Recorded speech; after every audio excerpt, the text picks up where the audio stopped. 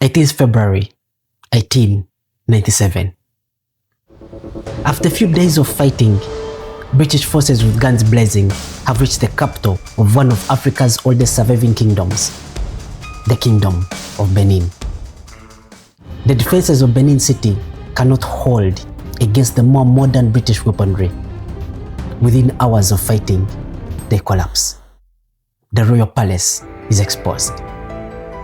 The Oba, the king of the Kingdom of Benin, must escape as British troops march forcefully into the palace compound. Amid the dust and wails, the capture of the kingdom's governing capital is complete. Inside the palace, British troops ransack its rooms and seize royal regalia, sacred objects, and thousands of plagues, recording centuries of Benin's history, all carried away to Britain. Oba of Von Ramwen is captured a few months later and exiled to Calabar in present-day Cross River State, Nigeria. Some surviving chiefs are also captured, exiled, or executed. The Kingdom of Benin is placed under British rule. And across Africa, the fall of Benin reveals the scale of a destruction already underway. African self-government, political systems, traditions, and identities are all under threat. What chance do they have against this approaching storm? Before the European colonization of Africa, in the late 19th century, Africans had for thousands of years built and governed complex societies through robust political systems. They had created laws, built political institutions, and formulated systems of administration suited to the societies in which they lived. And some of these self-governing African societies were already ancient by the time Africa was colonized by Europe. By around 3100 BC, communities along the Nile Valley in present-day Egypt had been brought together under one centralized state, governed by pharaohs. For centuries, these pharaohs governed through appointed officials who collected taxes, administered justice, organized agricultural production, and commanded armies. This was more than 5,000 years before the fall of the Kingdom of Benin in 1897. Like any other powers, these ancient African governments would rise, expand, weaken, and yes, sometimes fall. But the practice of governing did not disappear with any one civilization. New political societies continued to emerge, inheriting older traditions, creating new institutions where there were vacuums, and changing whenever necessary as commerce expanded and political conditions shifted. And this self-governance across Africa did not take only one form. Africa was vast. Its people lived across deserts, forests, grasslands, river valleys, highlands, and coastal trading centers.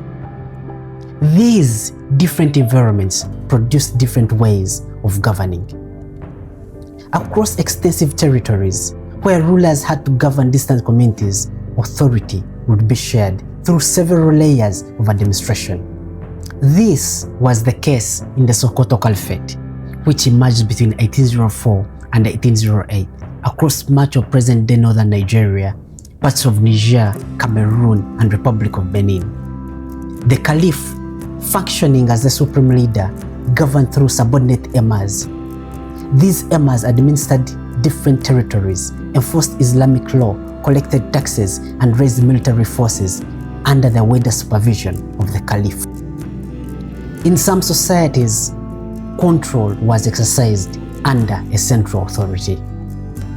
The Kingdom of Benin, governed from Benin City in present-day southern Nigeria, for centuries placed the Oba, the king, at the center of an established political order. By the 19th century, the Oba governed alongside titled chiefs, palace associations, and appointed officials. Together, they administered justice, collected tribute, regulated commerce, and carried royal authority from the capital into the surrounding territories. Around the northern shores of Lake Victoria, in present-day central Uganda, another layered system could be observed. During the 19th century, the Kabaka, the king of Uganda, governed with the Luchiko, a council of leading chiefs. Below them were county and sub-county chiefs who administered local affairs, collected tributes, mobilized labor, carried out royal commands throughout the kingdom. And for smaller states, governing authority was mostly concentrated within towns. Along the coast of present-day Kenya and Tanzania, Swahili city-states such as Mombasa, Malindi, and Chilwa developed around ports connected to Indian Ocean commerce. In these coastal towns, rulers, councils, and commercial officials regulated markets and collected customs duties and negotiated with merchants arriving from Arabia, Persia, India, and Europe. But then, not all African societies were organized around systems centered on one governing authority. In some societies, power was dispersed among many individuals, especially among the nomadic communities whose lives revolved around grazing livestock and constant movement, as well as hunting and gathering. Across many Igbo communities in present-day southern Nigeria, political authority was also distributed. Village assemblies, council of elders, lineage heads, titled societies, and age grades associations shared responsibility for governing the community. These groups made laws, settled disputes, and enforced community obligations, where the community retained the ability to hold its leaders accountable. And so, when Europeans first encountered Africa, it could not be claimed that political authority was absent. Europeans had known this for a long time. When Portuguese mariners first reached the Kingdom of Congo in 1483, across present-day northern Angola and Western Democratic Republic of the Congo, they did not approach as though no government existed. In fact, they approached Nzinga Ankuwo, the Manu Congo, as the ruler of an established kingdom, showing the utmost respect for the authority, hosting them and presenting gifts. And this was not an isolated experience. Wherever Europeans landed along the African coasts during the centuries that followed, until the late 19th century, they dealt with the communities through established local authorities. They paid customs duties. Missionaries seeking to establish stations asked for permission. Explorers intending to travel through African territories requested guides, protection, and safe passage. But then, this would not be the case forever. During the 19th century, European interests will change, and European powers increasingly sought to undermine these political authorities. Access limited by African authorities and their systems was no longer enough for Europe. By the 1870s and the early 1880s, it was becoming increasingly evident that Europe would seek to take over African political authority by any means necessary and replace it with its own. This invasion of African authority did not begin everywhere with the European armies marching into African capitals. For the most part, it began quietly and stealthily. Europe needed to catch African rulers and their advisors unsuspecting. And so they devised a method that would suit just that. Treaties.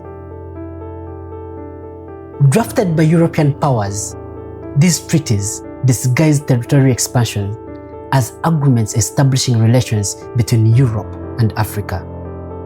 They appeared to request permission to trade, establish stations inland, or operate within African territories, while offering friendship, protection, or commercial cooperation in return. African rulers were excited about the prospects. They understood that such relations would be beneficial to their societies. But they would later discover that these treaties contained terms far beyond the relationships they believed they were agreeing to. Europe wanted far more than trade and inland footholds. It sought to take control and undermine the existing African authority. Given their disguised nature, the treaties became extremely useful to European expansion. They created the appearance that control had been granted voluntarily and gave European governments and companies documents with which to defend their territorial claims against rival European powers. This method was first employed on a large scale in the Congo Basin from 1879 to 1885, when the explorer Henry Morton Stanley established stations for organizations controlled by King Leopold II of Belgium. Stanley and other agents approached local rulers with treaties presented as agreements of friendship, trade, and protection. The documents were later used to claim land, commercial privileges, and governing authority across an enormous territory in the present-day Democratic Republic of the Congo. Leopold then presented these treaties to his fellow European powers as evidence that his expansion was not a foreign seizure, but authority supposedly transferred to him by African rulers themselves. This created a precedent. Treaties could be used to capture power and undermine African authority. And the method quickly spread. In September 1880, the French explorer Pierre Savonnin de Brazza obtained an agreement from Makololo I, rule of the Teke, which France used to support its claim over territory in present-day Republic of the Congo. Through the early 1880s, Germany agents collected treaties in present-day Namibia, Cameroon, and Tanzania, while British companies obtained agreements across present-day Nigeria, Kenya, and Zimbabwe. However, there was a problem. As Britain, France, Germany, Portugal, and Leopold II produced treaties to support their ambitions, their claims began to collide, and in some cases overlap. At any moment, disputes over African territories could lead to European collision. There needed to be rules governing the entire affair. And so, on 15th November 1884, representatives of European governments gathered in Berlin at the invitation of German Chancellor Otto von Bismarck. For more than 3 months, they discussed commerce, navigation, and the conditions under which European territorial claims in Africa would be organized and recognized. By the end of the gathering, Europe had transformed separate acts of expansion into a more organized continental race. The changes were set out in the General Act, signed on 26 February 1885. A European power taking possession of a new African territory was expected to notify all other signatories and establish enough authority to protect existing rights and commercial freedom within the area it claimed. And this was bad enough for African authorities. By requiring evidence of actual authority, the General Act placed European powers under immense pressure. They had to demonstrate a stronger presence on the ground or risk losing their claims to rivals. And so, a rush began to occupy the claimed territories before rival powers could reach them. European agents, military stations, colonial flag posts, administrative offices, and other centers of control were hurriedly established inland. And with every established post, African authority was undermined and reduced from its position of authority and control. And this was just the beginning. From these inland posts and centers of command, European powers began declaring protectorates over African territories. At first, protectorates appeared to preserve an African ruler and a government beneath him. but they placed foreign powers above African governments to monitor and supervise the authority. Under this arrangement, an African ruler would typically accept European protection against an external enemy or domestic rival. But then, with time, the European power would start claiming the right to control the ruler's relations with other states. And all of a sudden, the African ruler could no longer negotiate treaties, appoint foreign representatives, or conduct diplomacy independently, required to conduct their affairs through European mechanisms. And that was not all. Foreign officials posted inland soon began directing trade, taxation, military affairs, and political succession. European powers could now take control without immediately abolishing every African institution. It was this danger that Menelik II, Emperor of Ethiopia, discovered in time after signing the Treaty of Wuchale with Italy on 2nd May 1889. The treaty was intended to regulate relations between two governments and recognize Italian possession of territories along the Red Sea coast in present-day Eritrea.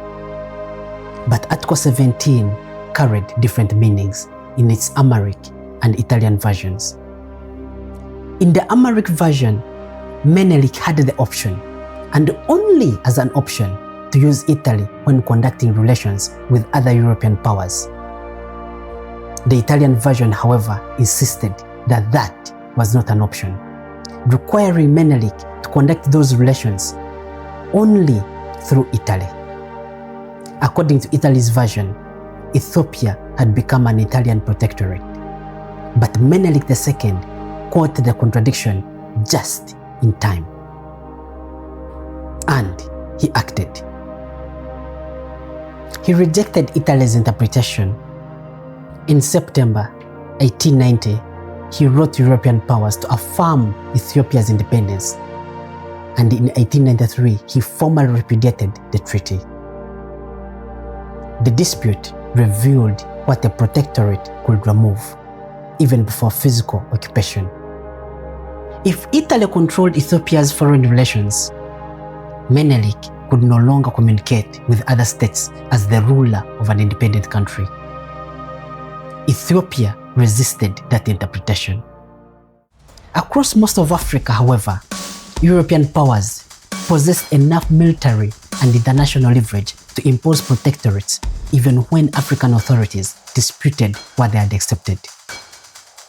And Britain would go on to declare protectorates over territories in present-day Nigeria, Kenya, Uganda, and Botswana. Germany proclaimed protectorates in present-day Namibia, Cameroon, Togo, and Tanzania, while France expanded similar arrangements across Western and Central Africa. But declaring a protectorate was one thing. Governing it was another. The claimed territories were too vast and distant to administer without enormous government funding and significant manpower. And the solution was to transfer this newly acquired power to European chartered companies. These were commercial organizations with extensive business operations. European governments relied on their resources and granted them governing authority in the claimed territories. They could sign treaties, establish stations, impose customs duties, regulate trade, claim land and mineral rights, maintain armed forces, and punish communities opposed to European power. And it worked. More importantly, it allowed the European conquest of Africa to advance under the guise of commerce. One of the clearest examples was the Royal Niger Company, chartered by the British government in 1886 to operate along the Niger and Benin rivers in present-day Nigeria. Using hundreds of treaties obtained from African rulers, the company excluded commercial competitors and supported Britain's territorial claims. It imposed customs duties, appointed officials, maintained an army constabulary, and regulated commerce over an expanding area.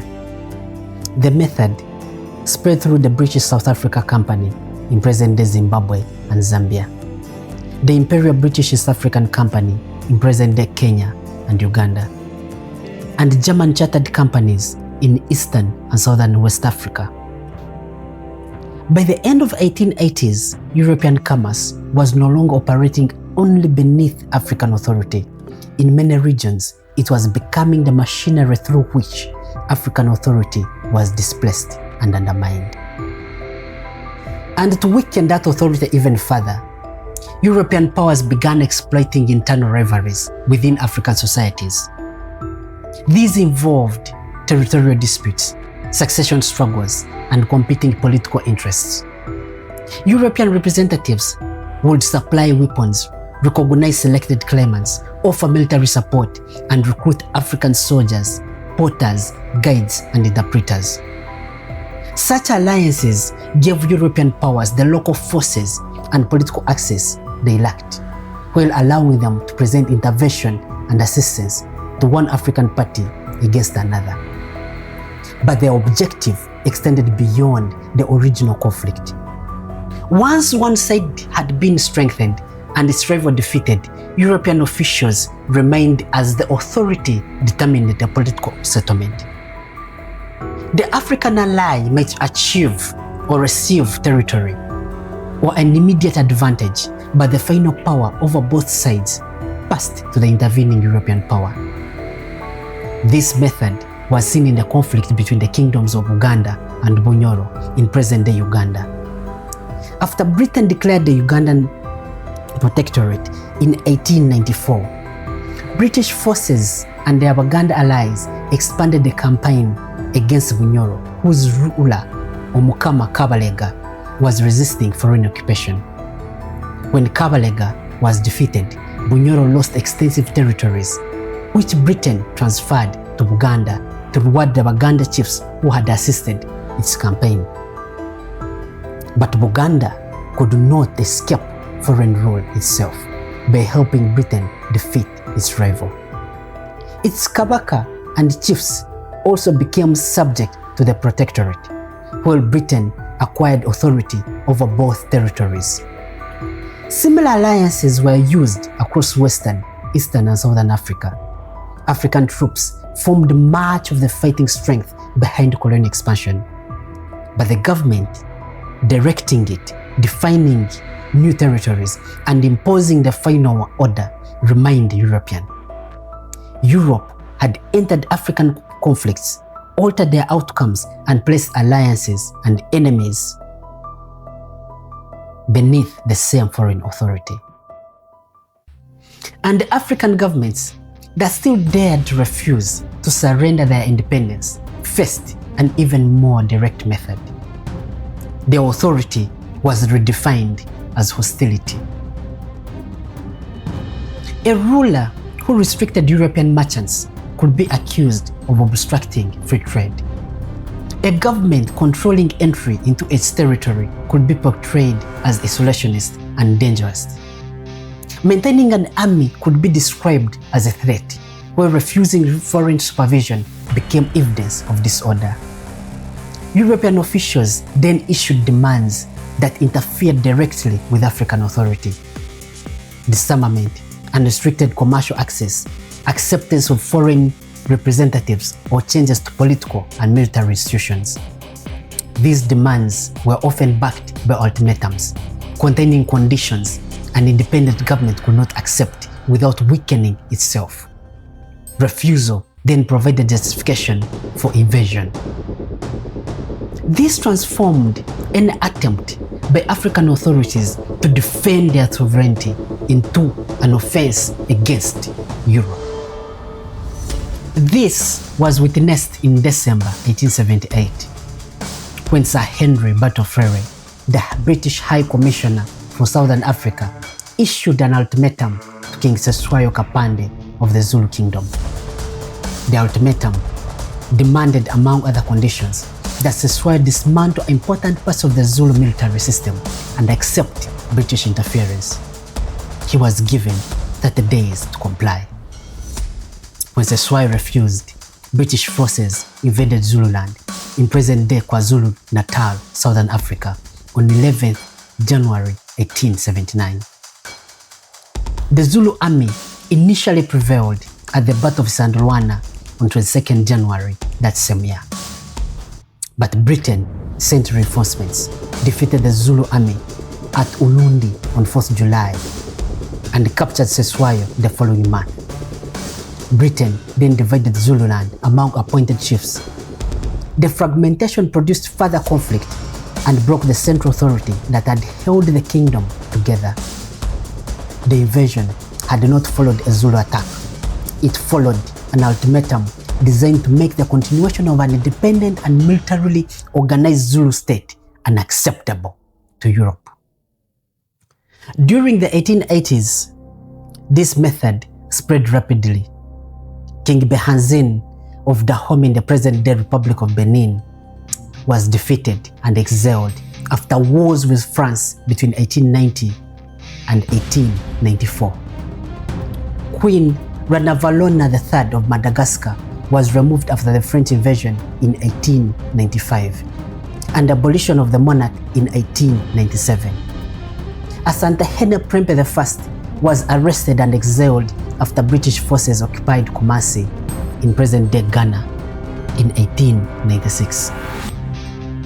And to ensure that defeated African governments would not arise again, European forces targeted the symbols and centers through which their authority was exercised. They occupied capitals, seized palaces, captured rulers, confiscated treasuries, and destroyed arsenals. Armies were dissolved, royal families dispersed, succession placed beneath colonial approval. The power of an African government did not rest only in the ruler. It rested in the surrounding institutions, the officials carrying out the commands, the capital from which authority was exercised, and the object representing political legitimacy. A palace could contain the court, archives, treasury, and institutions of government. Royal regalia could embody the continuity of the state. Sacred objects could represent the bond between a ruler, the ancestors, and the people. Seizing them, therefore, was a political attack intended to separate African authority from the institutions and the symbols that made it legitimate. This was demonstrated in the British invasion of the Kingdom of Benin in 1897. For centuries, the Oba and his officials had governed from Benin City in present-day southern Nigeria, regulating commerce and controlling foreign access. By the late 19th century, British merchants and officials wanted those restrictions removed. And so, in February 1897, British forces captured Benin City, looted the royal palace, and removed thousands of brass plaques, sculptures, carved ivories, and other historical and sacred objects. Oba Ovondra Mweni Gobaisi later surrendered and was exiled to Calabar, where he died in 1914. The invasion removed the ruler, occupied the capital, and dispersed objects that recorded royal history and embodied the monarch's authority. Across Africa, the occupations of Abomey in present-day Benin, Kumasi in present-day Ghana, Antananarivo in present-day Madagascar, and Sokoto in present-day Nigeria were followed by the removal or subordination of the government's centers in those capitals. European conquest had now advanced from defeating African armies to dismantling political machinery that could organize future independence. But then, not every African society could be conquered by capturing a king or occupying a capital. Where authority was distributed among villages, councils, lineage heads, elders, age grades, and assemblies, no single ruler's surrender could place the entire population beneath the foreign rule. In those settings, European powers broke or bypassed the systems differently. Military expeditions moved from one community to another. demanding separate acts of submission. Resistance could bring collective fines, seizures of livestock, destruction of homes and food supplies, or prolonged military occupation. Once resistance was suppressed, colonial governments forced formerly autonomous communities into administrative districts, created for easier taxation and control. They selected individuals to serve as local chiefs, through whom colonial orders could be imposed. In some societies, an existing chief was strengthened beyond the limits previously placed upon him.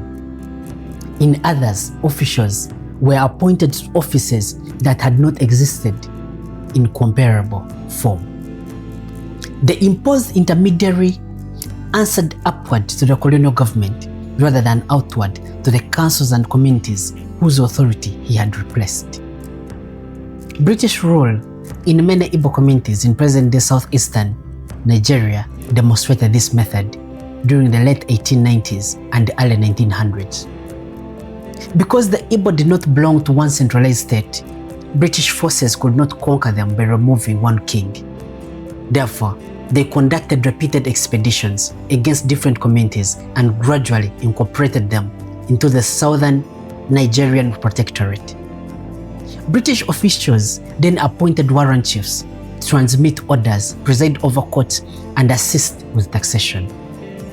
Some had held influence before the colonial rule. Others lacked the authority Britain assigned to them. But this did not matter once communities had been subdued. Comparable systems spread elsewhere where Europe encountered centralized kingdoms. It could subordinate or remove the ruler. Where it encountered decentralized societies, it could weaken the assemblies and councils sharing authority and place selected individuals above them. Therefore, the methods of conquest differed because African political societies differed in systems.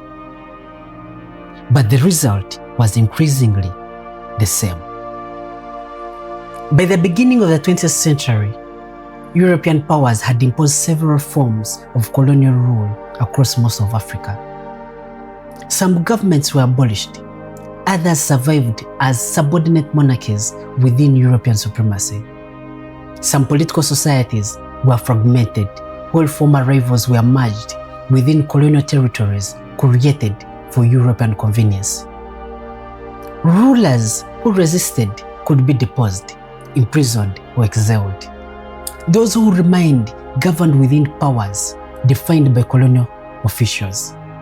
Succession could be approved or rejected by the foreign government, while chiefs and councils operated only as long as colonial authorities recognized them. However, not every African institution or political system completely disappeared.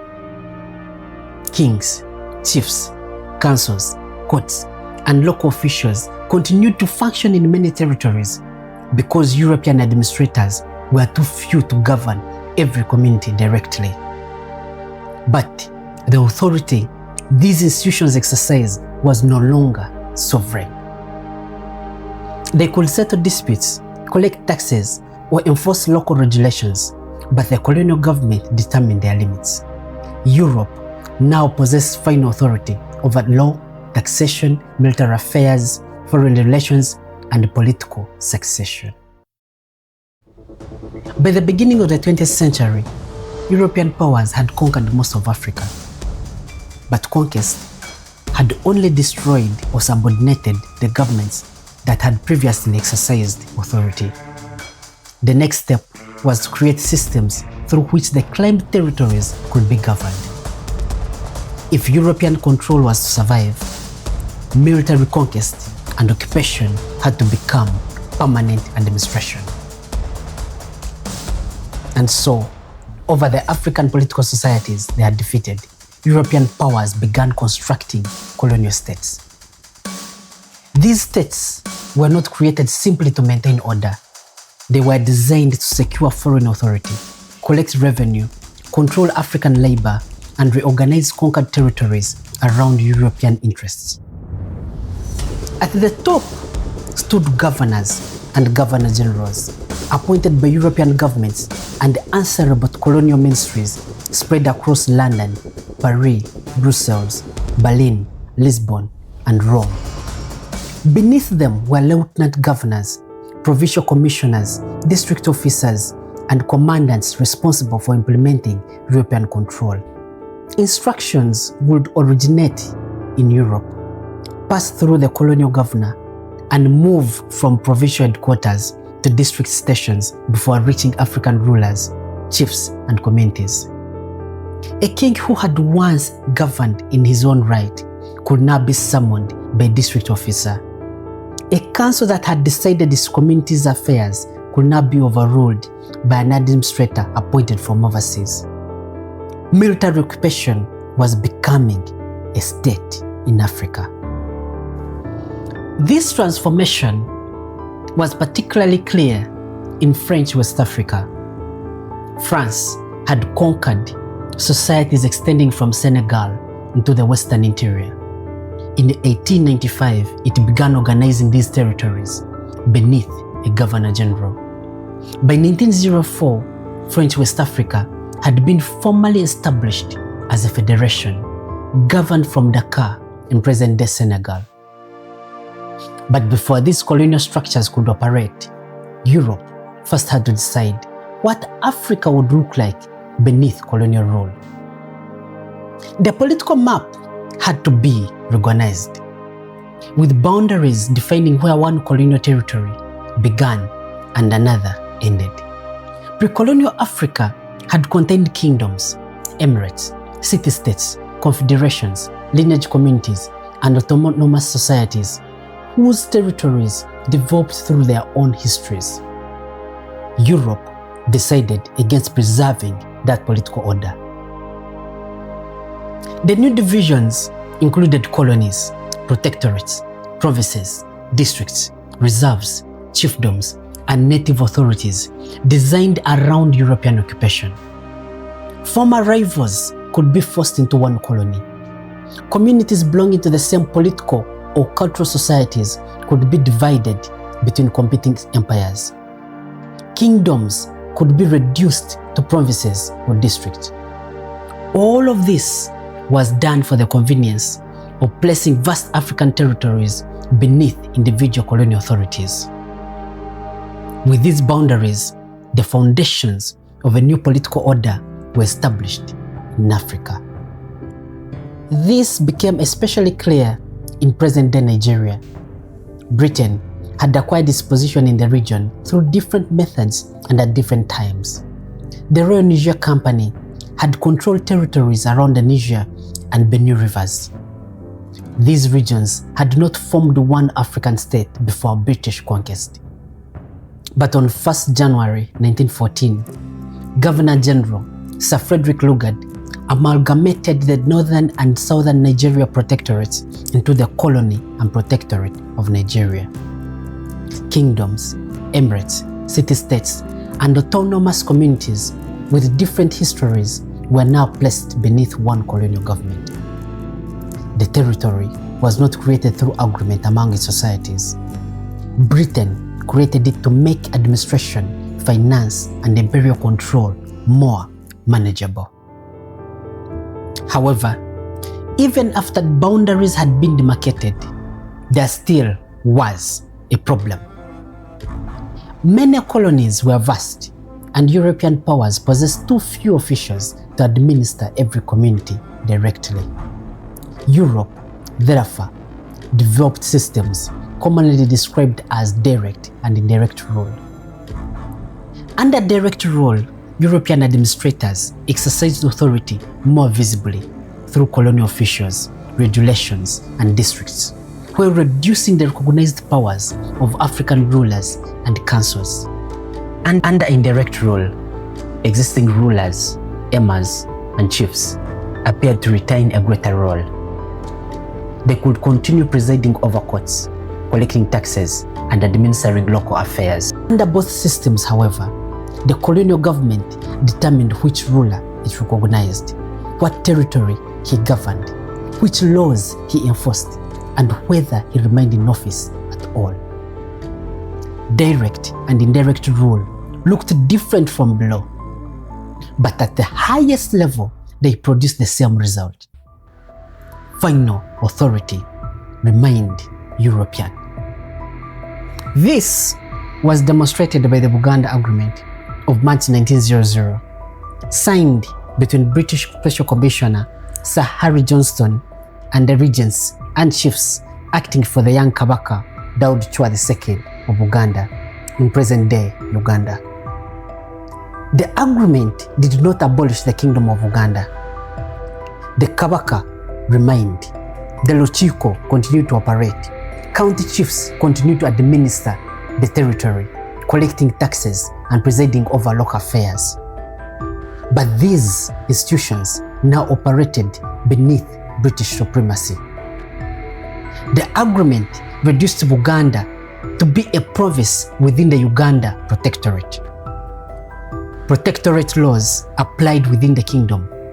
Buganda's revenue entered the colonial administration, where the selection of future Kabaka required British approval. County chiefs selected by Buganda's government also required British approval. The Kabaka's courts continued to hear cases, but important decisions could be reviewed or overruled by colonial authorities. With this, Britain had preserved Buganda's political institutions, removed their independence, and made them responsible for carrying out colonial duties.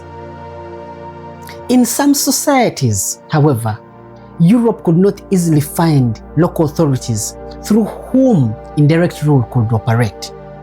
Authority had been dispersed among councils, elders, lineage heads, age grades, titled societies, and village assemblies.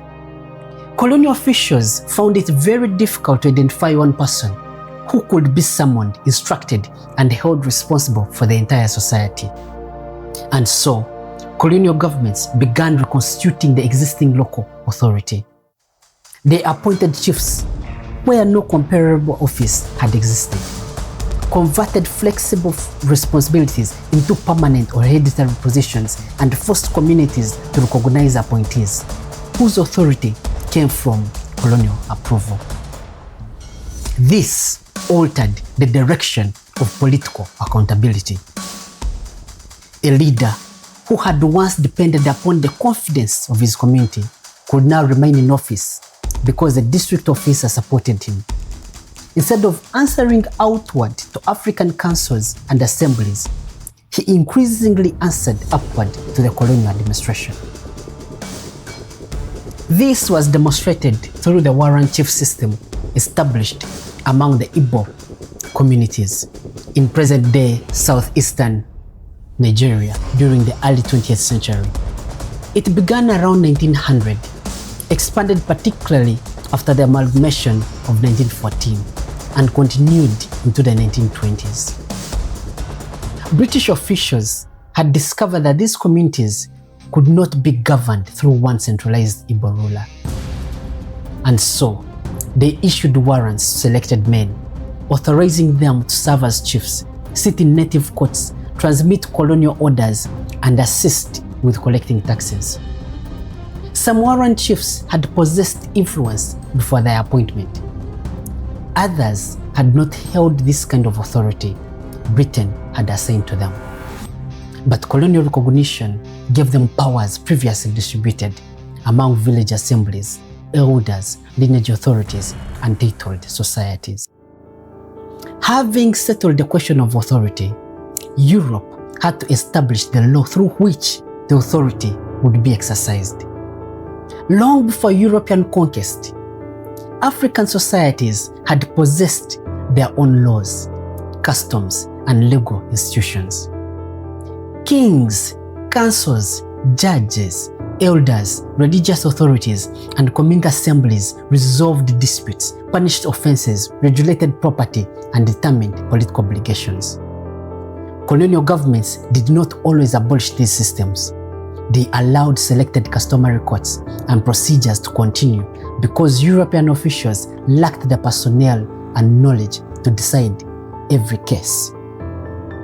But African law could survive only within limits established by the colonial state. European officials determined which customs would be recognized as law. Practices they considered unacceptable according to their own beliefs could be declared repugnant. Flexible traditions were written down and converted into fixed rules, even when their meaning had depended upon circumstance, negotiation, and community judgment. Appeals could pass from one African court, colonial officers. Decisions could be reversed, sentences restricted, and jurisdictions altered through European legislation. At the same time, Europeans introduced their own written laws and legal traditions to govern Africans. In British territories, colonial statutes, English common law, and principles of equity entered the legal system, while African custom remained valid only where colonial law and colonial judges permitted it.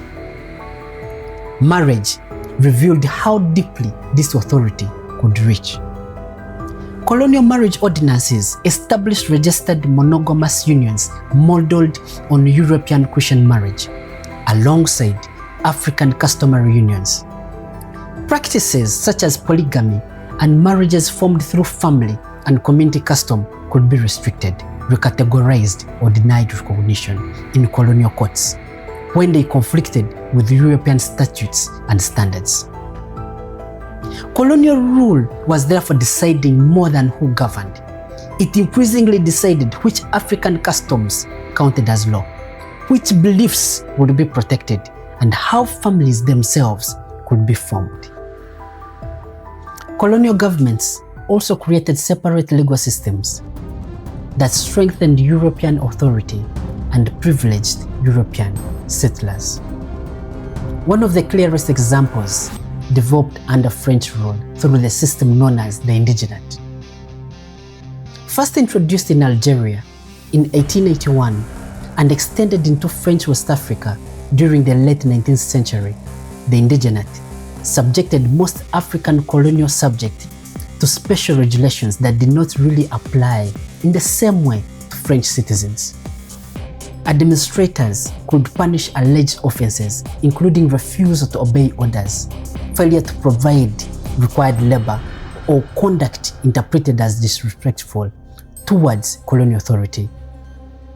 In many cases, punishment could be imposed administratively without the full protections of the ordinary court trial.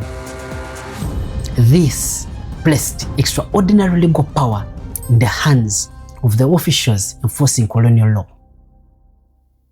And as colonial law took root, taxation was introduced. Colonial governments required money to pay officials, maintain police, build stations, and finance the machinery controlling conquered territories. So, they imposed several types of taxes to generate that revenue. But taxation did more than raise revenue. It transformed submission to colonial authority into a regular obligation imposed upon ordinary families. Where households produce primarily for their own use or exchange goods through barter, taxation created immediate pressure to enter the colonial economy. So, men were compelled to seek wages on European plantations, settler farms, mines, or construction projects to pay taxes instead of working on their own farms and family enterprises as before. Through taxation, the colonial state entered the day-to-day lives of ordinary Africans, placing a financial value upon political obedience. Across many societies, these taxes were enforced through violence and coercion. And as taxation took root, the question of land would follow. Large areas were declared crown land, state land, or vacant territory.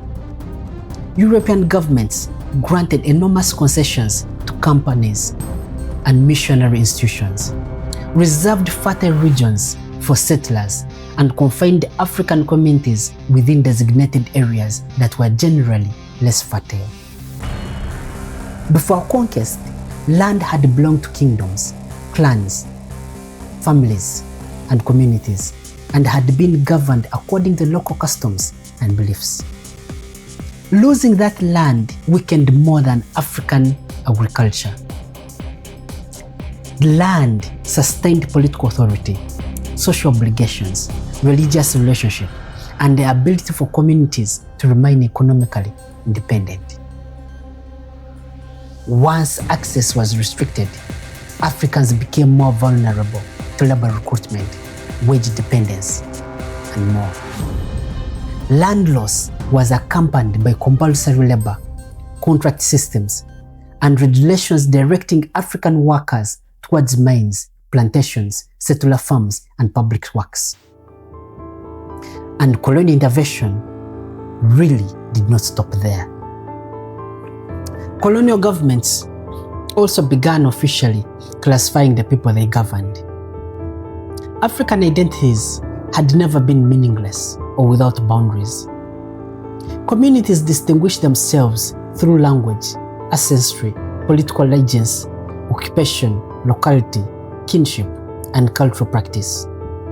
But these identities were not always fixed in the way colonial administrators expected. Political belonging could change through migration, marriage, alliance, adoption, or incorporation into another society. Authority recognized in one community may not exist the same way elsewhere. Colonial administration, however, required clearer categories. Censuses needed populations counted. District officers wanted to know which chief represented which people. Tax collectors wanted households assigned to jurisdictions, while courts wanted recognized customs attached to defined communities. European officials divided populations into tribes thereafter, races, and ethnic groups. They drew tribal districts, selected official chiefs, and described customs as if every person within each category followed the same unchanging political system. These classifications hardened identities that had previously been more flexible.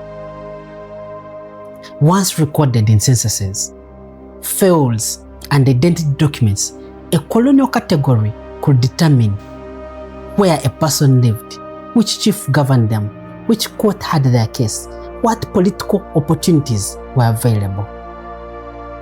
This reached one of its most consequential forms under belligerent rule in Rwanda, Burundi, comprising present-day Rwanda and Burundi. Distinctions among Hutu, Tutsi, and Twa existed before European occupation, but they were connected to complex relationships involving political status, cattle ownership, lineage, occupation, and social position, and their boundaries were not always completely fixed. Belgian administrators, however, treated these identities as rigid racial categories. Influenced by European racial theories, they elevated Tutsi political dominance within the colonial system and described Hutu, Tutsi, and Twa as separate peoples with fixed inherited characteristics. During the 1930s, the Belgian administration conducted the census and introduced identity documents, recognizing each person's officially assigned classification.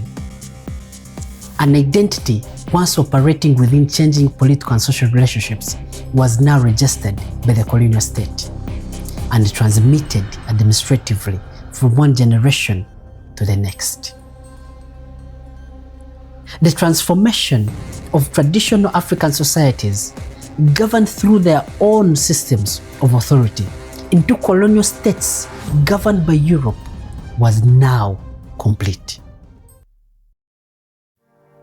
When African countries regained independence during the 20th century, Africans formally regained sovereignty to determine their own political future. However, this sovereignty returned through new nation states that colonial rule had demarcated and created. The former kingdoms, Emirates, and customary political societies that had governed Africa before conquest were not automatically restored as independent states when colonial rule ended. Instead, the new African governments had to decide what place these older authorities would occupy within the political order left behind by the colonizing powers. Some governments chose to recognize traditional rulers and councils that had existed before colonialism. Others distrusted them because colonial governments had used these chiefs and monarchs to enforce taxation, labor demands, and indirect rule. Where a kingdom remained a powerful scent of loyalty, a post-colonial government could also regard it as a rival to national authority and unity. This was demonstrated in Uganda when Uganda became independent from Britain on 9th October 1962. The kingdoms of Uganda, Bunyoro, Toro, and Ankole continued to occupy constitutionally recognized positions within the new country. But that arrangement soon became problematic for the new government. Conflict arose and quickly intensified between the central government of Prime Minister Apollo Milton Obote and the Kingdom of Uganda led by Kabaka Edward Mutesa II, who also served as Uganda's first president. In May 1966, government forces commanded by Idi Amin attacked the Kabaka's palace at Mengo in Kampala. Mutesa was forced into exile, and the new constitution of 1967 abolished Uganda's traditional kingdoms altogether. The new republic would recognize no political authority between the citizen and the central state. That remained the position until 1993, when the government of President Yoweri Museveni restored Uganda's traditional rulers.